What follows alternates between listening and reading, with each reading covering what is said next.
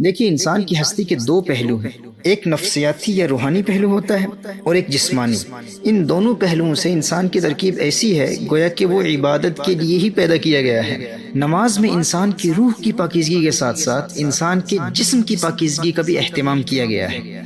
اسی لیے نماز شروع کرنے سے پہلے انسان کے لیے نہ صرف روحانی طور پر تیاری ضروری ہوتی ہے بلکہ جسمانی طور پر بھی تیار ہونا ضروری ہوتا ہے۔ اب یہ جسمانی تیاری دو قسم پر منقسم ہوتی ہے، ایک جسم کی طہارت ہے اور دوسرا زینت اختیار کرنا، اور اس کا حکم اللہ جل وعلا نے قرآن کریم میں ارشاد فرمایا ہے۔ So it's important that we prepare ourselves before the prayer spiritually and physically, and this physical preparation then divides into two types. The first type is purification of the body, and the second is the beautification of the body. To beautify the body, adornment, zina. تو نماز کے لیے یہ جسمانی تیاری دو قسم کی ہوتی ہے، ایک جسم کی طہارت اور دوسرا زینت اختیار کرنا، اچھا لباس پہننا، عمدہ لباس پہننا، پسندیدہ لباس پہننا۔ اب ہمارے ہاں ایک عجیب جاہلانہ تصور پایا جاتا ہے کہ جن لوگوں کے پاس اچھا اور خوبصورت لباس ہوتا بھی ہے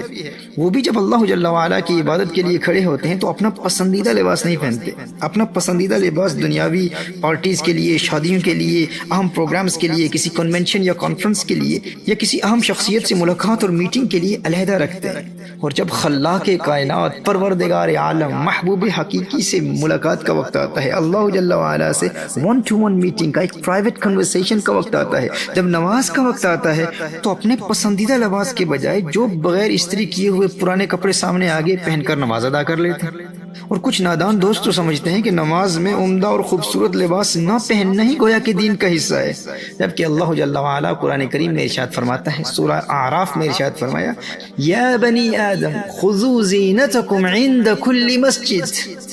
اے بنی آدم، اے اولاد آدم، جب اللہ جل وعلا کی بارگاہ میں حاضری کا شرف حاصل کرو، جب اللہ جل وعلا کے گھر میں جاؤ، جب اللہ جل وعلا سے ملاقات کے لیے جاؤ، جب نماز کا ارادہ کرو تو زیب و زینت اختیار کرو۔ مفسرین کرام نے فرمایا ہے کہ یہاں زینت سے مراد نہ صرف عمدہ لباس ہے بلکہ زینت سے مراد یہ بھی ہے کہ انسان اپنے رب کی بارگاہ میں جا رہا ہے، جب نماز کے لیے جا رہا ہے تو خاص طور پر اپنے بال سنوار کر جائے، کنگھی کر کے جائے، خاص طور پر عطر لگا کر جائے، اپنا پسندیدہ اور خوبصورت ترین عمدہ لباس پہن کر اللہ جل وعلا کی بارگاہ میں حاضری کا شرف حاصل کرے۔ نماز کو نبی کریم صلی اللہ علیہ وآلہ وسلم نے مناجات سے تعبیر کیا ہے۔ یہ تو ایک عبد اور معبود کے مابین ایک پرائیویٹ میٹنگ ہے، ایک ون ٹو ون کنورسیشن ہے۔ دیکھیے جب آپ کسی اہم جاب انٹرویو کے لیے جاتے ہیں یا کسی اہم کانفرنس میں جا رہے ہیں جہاں دنیا بھر کی اہم شخصیات موجود ہوں گی تو آپ ایسے جاب انٹرویو یا ایسی کانفرنسز پر بغیر استری کیے ہوئے یا کوئی کم قیمت والے پرانے کپڑے ہرگز نہیں پہنیں گے۔ آپ نے ایسے اہم مواقع کے لیے اپنے عمدہ ترین پسندیدہ کپڑے علیحدہ سنبھال کے رکھے ہوں گے نا۔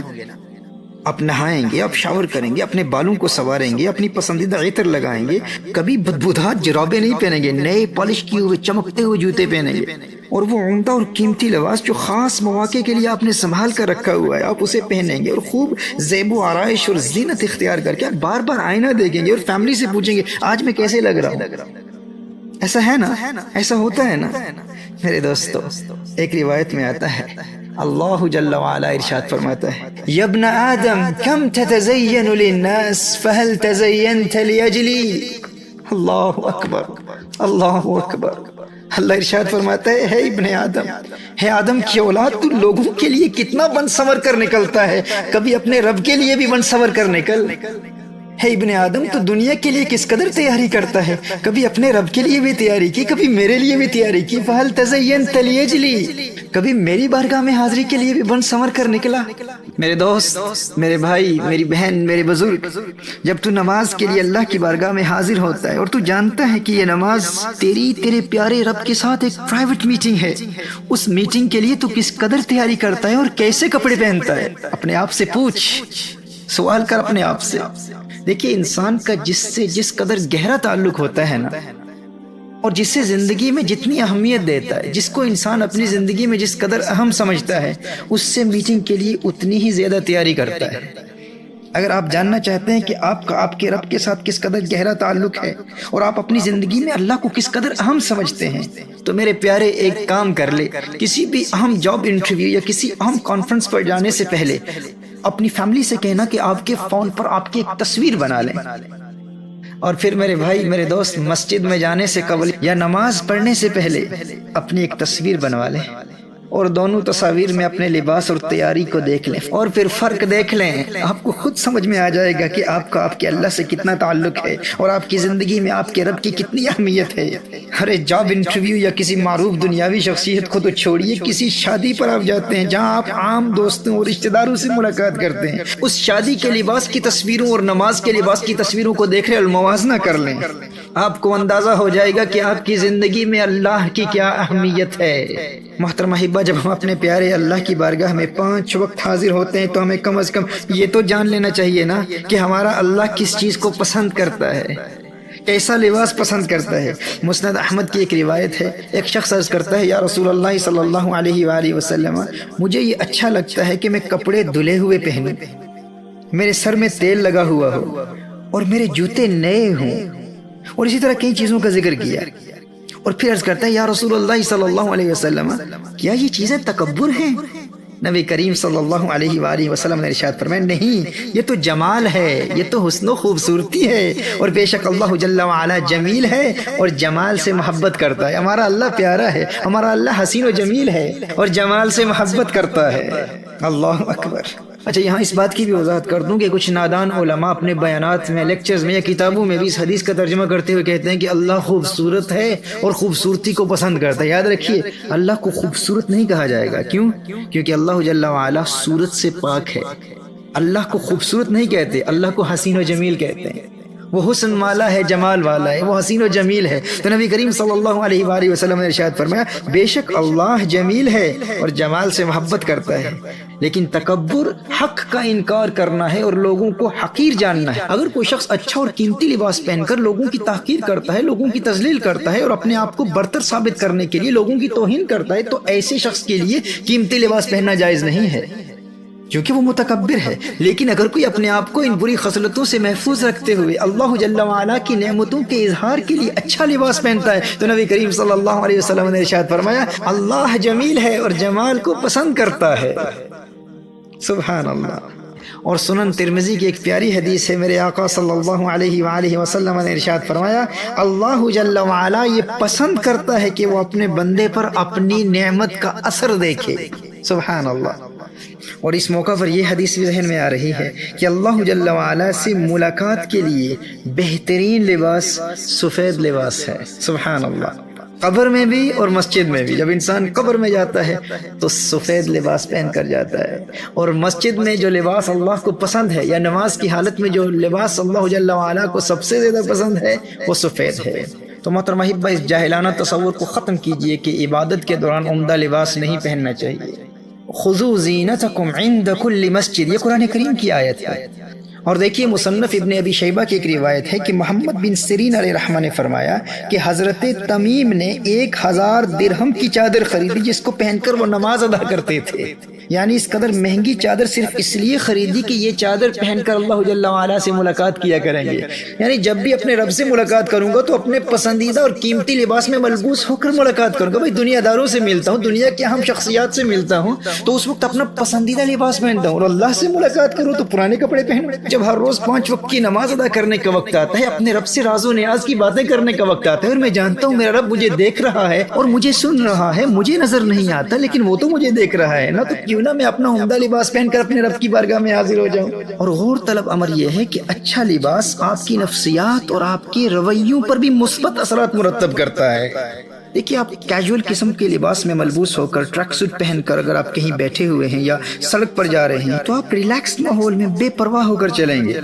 لیکن اگر آپ کوئی عمدہ لباس پہن کر چل رہے ہوں تو آپ کے بیٹھنے کا انداز بدل جائے گا، آپ کی چال بدل جائے گی، آپ کے چلنے کا طریقہ بدل جائے گا، آپ کی باڈی لینگویج بدل جائے گی۔ آپ محسوس کریں گے کہ اس قیمتی اور مہذب لباس کا تقاضا یہ ہے کہ آپ کا بیہیویئر بھی انتہائی خوبصورت اور مہذب ہونا چاہیے،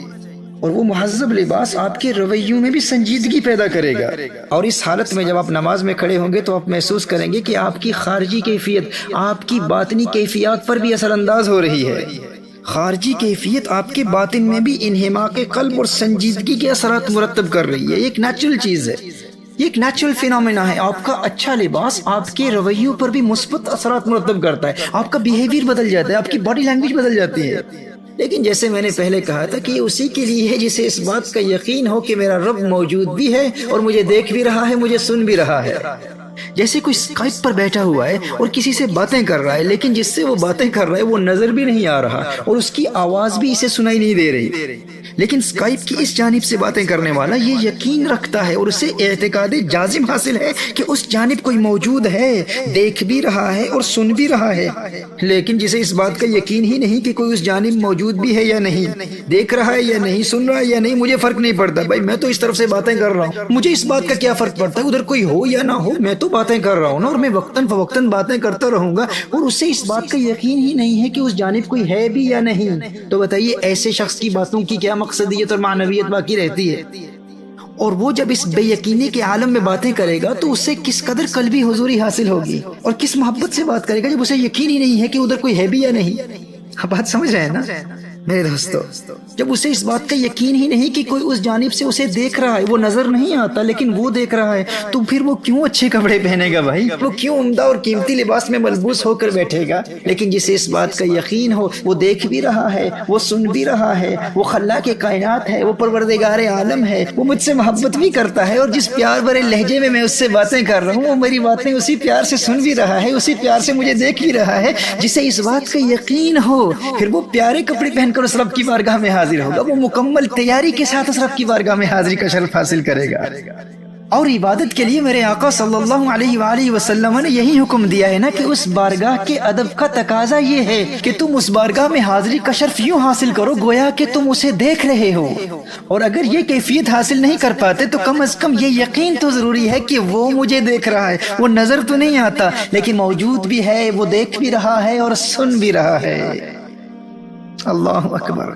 میرے دوستو، اس یقین کو مستحکم بنانے کے لیے فقیر کے مستقل بیانات ہیں۔ نماز میں خشوع و خضوع حاصل کرنے کا پریکٹیکل طریقہ، جس میں ہم نے physical form of the prayer, spiritual form of the prayer, the combination of the two, the body of the prayer, دا روح of the prayer, spiritual dimensions of صلاح، how to fall in love with the prayer, how to feel hungry for the prayer, ان مختلف موضوعات پر مستقل مفصل بیانات۔ نماز میں خشوع و خضوع اور قلبی حضوری حاصل کرنے اور مکمل انہماک کے قلب کے ساتھ نماز ادا کرنے کے عملی طریقوں پر بھی مفصل تفصیلی بیانات، ڈیٹیل لیکچرز اویلیبل ہیں، آپ ان کو ضرور دیکھیں، اور اس میں نماز کے میڈیکل بینیفٹس، طبی فوائد پر بھی تفصیلی بیانات کیے جا چکے ہیں۔ نماز کی جسمانی اور روحانی کیفیات کی حقیقت کیا ہے، اور نماز کی اسپرچل فورسز سے ہم مدد حاصل کیسے کر سکتے ہیں، اور ان پریکٹیکل ٹیچنگز پر عمل کرنے کے نتیجے میں انسان کے دل میں نماز کا پیار کیسے پیدا ہوتا ہے، اور نماز کو اس نمازی سے پیار کیسے ہو جاتا ہے۔ ایک تو یہ کہ انسان کو نماز سے پیار ہو جائے، ایک وقت آتا ہے کہ نماز کو اس نمازی سے پیار ہو جاتا ہے، یہاں تک کہ پھر فجر کے وقت کسی الارم کلاک کی ضرورت پیش نہیں آتی، نماز خود نمازی کو جگانے کے لیے آتی ہے، نماز خود نمازی کو بیدار کرتی ہے۔ یہ کیفیات کیسے حاصل ہوتی ہیں؟ اور جس طرح انسان کو کھانا کھائے بغیر نیند نہیں آتی، اسی طرح انسان کو ہر روز 5 وقت نماز کی بھوک لگتی ہے۔ اور جس شخص کو یہ ذائقہ زندگی میں ایک مرتبہ مل جائے، جس شخص کو نماز کی یہ لذت ایک مرتبہ میسر آ جائے اور نماز کی اسپرچوالٹی تک رسائی حاصل ہو جائے، پھر میرے دوستو ایسے شخص کو بے نمازی کی سزائیں سنا سنا کر ڈرا ڈرا کر نمازی بنانے کی ضرورت نہیں رہتی۔ اسے نماز کی اس قدر بھوک اور پیاس محسوس ہوتی ہے کہ پھر نماز کے بغیر اس کی آنکھ لگتی ہی نہیں۔ اور الحمدللہ ان پریکٹیکل عملی نکات پر عمل کر کے آج دنیا میں ہزاروں نوجوان اور بزرگ فائدہ حاصل کر رہے ہیں، اور وہ بیانات آپ ضرور سنیے گا، کیونکہ ہم نے مسجدیں تو بہت بنا لی نا، مسجدیں بہت تعمیر ہو چکی، اور کسی حد تک مسجدوں میں نمازی بھی آ ہی جاتے ہیں، لیکن وہ نماز جو انسان کے دل کی دنیا آباد کر دے، انسان کے دل میں ایک انقلاب برپا کر دے، وہ نماز کون سی ہے؟ اقبال نے اسی نماز کے متعلق بیان کیا ہے نا، نماز پڑھنے والے تو بہت ہیں، لیکن وہ سجدہ جو انسان کی باطنی کیفیات کو بدل ڈالے، انسان کے باطن کو پاک کر دے، وہ سجدہ کیسے ملے؟ کہا نمازی تو بہت مل جاتے ہیں، لیکن اس سجدے کا طریقہ آج تک ہم نے نہیں سیکھا۔ مسجد تو بنا دی شبر میں ایمان کی حرارت والوں نے، من اپنا پرانا پاپی تھا برسوں سے نمازی بن نہ سکا، کیا خوب امیر فیصل کو سنوسی نے پیغام دیا، تو نام و نسب کا حجازی ہے پر دل کا حجازی بن نہ سکا، تر آنکھیں تو ہو جاتی ہیں پر کیا لذت اس رونے میں، جب خون جگر کی آمیزش سے اشک پیازی بن نہ سکا، اقبال بڑا اپتیشک ہے من باتوں میں موہ لیتا ہے، گفتار کا یہ غازی تو بنا کردار کا غازی بن نہ سکا، گفتار کا یہ غازی تو بنا کردار کا غازی بن نہ سکا۔